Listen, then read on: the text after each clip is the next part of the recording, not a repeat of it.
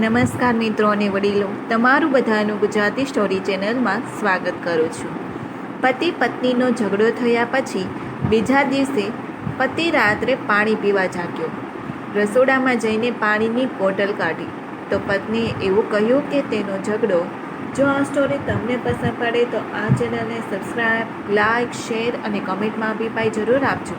બાજુમાં રહેલ બેલ આઇકનને જરૂર ઓન કરજો, જેથી તમને સૌથી પહેલાં આવી અવનવી સ્ટોરી સાંભળવા મળે. ધાર્મિક અને અમીના લગ્ન થયાને 6 વર્ષ થઈ ચૂક્યા હતા. બંને લોકો સુખી પરિવારમાંથી આવતા હોવાથી બંનેના લગ્ન અત્યંત ધામધૂમથી કરવામાં આવ્યા હતા. લગ્ન પછી બંને લોકો વિદેશ ફરવા પણ ગયા હતા. સંયુક્ત પરિવારમાં ધાર્મિક અને અમી રહેતા હતા. લગ્ન થયાના થોડા વર્ષો સુધી તો તે બંનેનું દાંપત્ય જીવન અત્યંત સુખી હતું. કોઈપણના લગ્ન જીવનની જેમ બંને વચ્ચે નાની મોટી રકઝક થયા કરતી, પરંતુ એકંદરે તેઓ બંને સુખેથી સાથે રહેતા હતા. પૈસાની પણ કોઈ ખામી ન હોવાથી ધાર્મિક અને અમી બંને અત્યંત વૈભવી રીતે રહેતા હતા. અમી ખૂબ જ સુખી પરિવારમાંથી આવતી હતી, પરંતુ તેનું વ્યક્તિત્વ એકદમ સરળ હતું અને નાનપણથી જ તે પણ સંયુક્ત કુટુંબમાં રહેલી હોવાથી તેનામાં સંસ્કારોનું સિંચન ખૂબ જ સારી રીતે થયું હતું. અને એટલા માટે જ ધાર્મિક માટે અમીને પસંદ કરવામાં આવી હતી. લગ્નના 2 વર્ષ સુધી તો બંને લોકો સુખેથી રહેતા હતા, પરંતુ થોડા વર્ષો પછી તે બંને વચ્ચે નાની મોટી રકઝક, ક્યારેક મોટા ઝઘડાનું સ્વરૂપ લેવા લાગી. ઘણી વખત એવું પણ થતું કે બંને લોકો ઝઘડવા લાગતા અને પરિવાર વચ્ચે આવીને તેને સમજાવતો, ત્યારે ફરી બંને શાંત થતા. એક દિવસ આવી જ રીતે કોઈ કારણોસર તે બંને વચ્ચે બોલાચાલી થઈ ગઈ અને વાત આગળ વધી ગઈ.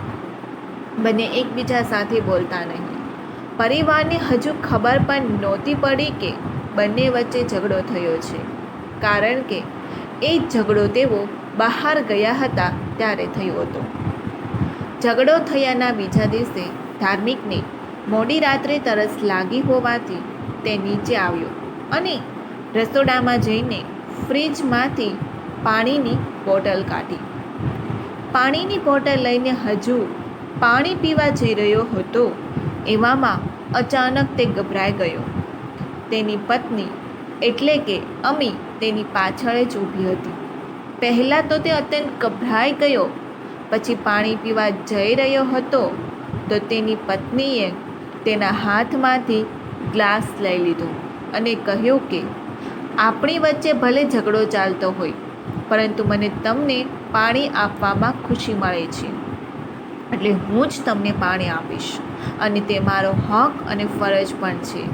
તમે રૂમમાં જતા રહો, હું પાણી લઈને આવું છું. ધાર્મિક સામે જવાબ આપતા કહ્યું કે મારા હાથ પગ હજુ ચાલે છે અને હું જાતે પાણી લઈ શકું છું.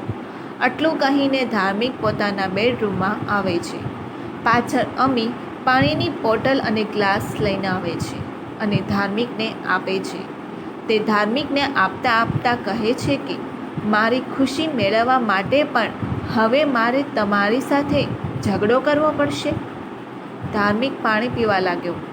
પાણી પીતા પીતા તેની પત્ની સામે નજર કરી તો તે હસી રહી હતી અને સાથે સાથે તેની આંખમાંથી આંસુ પણ વહેવા લાગ્યા, પરંતુ હરખના આંસુ હતા.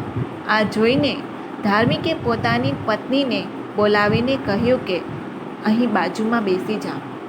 આટલું કહ્યું ત્યાં તેની પત્ની આવીને બાજુ બેસી ગઈ. ધાર્મિક થોડા સમય વિચારોમાં ખોવાઈ ગયો. થોડા સમય પછી તેની પત્નીએ કહ્યું કે યાર, તે તો ઝઘડો પૂરો કરી નાખ્યો, 1 મિનિટ પણ ન લાગી. એ ઝઘડો તો પૂરો થઈ ગયો. ફરી પાછા બંને પોતાનું જીવન જીવવા લાગ્યા. હા, એ વાત પછી પણ ઘણા ઝઘડા થયા છે, પરંતુ એ હદ સુધી નહીં. આ વાતને વર્ષો વીતી ગયા.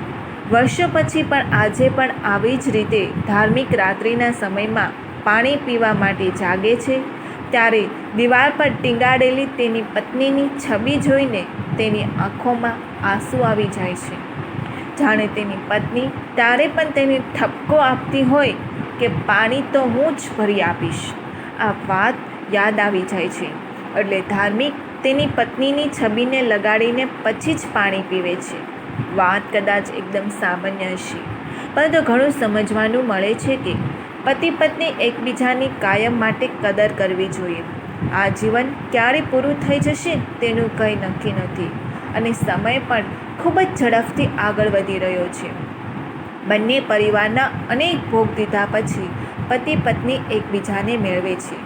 જીવનને પ્રેમથી અને સમજદારીથી પસાર કરવું જોઈએ. એટલા માટે જ કદાચ કહેવામાં આવે છે કે જીવનમાં કોઈ ગેરંટી કાર્ડ નથી આવતું. હસતા રહો, આનંદ કરતા રહો. આપણે જેટલી મોજ માણીએ છીએ એ જ આપણી છે, બાકી કંઈ સાથે લઈને જવાનું નથી. જો આ સ્ટોરી તમને પસંદ પડી હોય તો દરેક લોકો સાથે શેર કરજો. આવી સ્ટોરી સાંભળવા માટે આ ચેનલને સબસ્ક્રાઈબ કરવાનું ભૂલતા નહીં અને તમારા મિત્રોને આ વિડીયો શેર કરવાનું ભૂલતા નહીં. સાંભળવા માટે ખૂબ ખૂબ આભાર.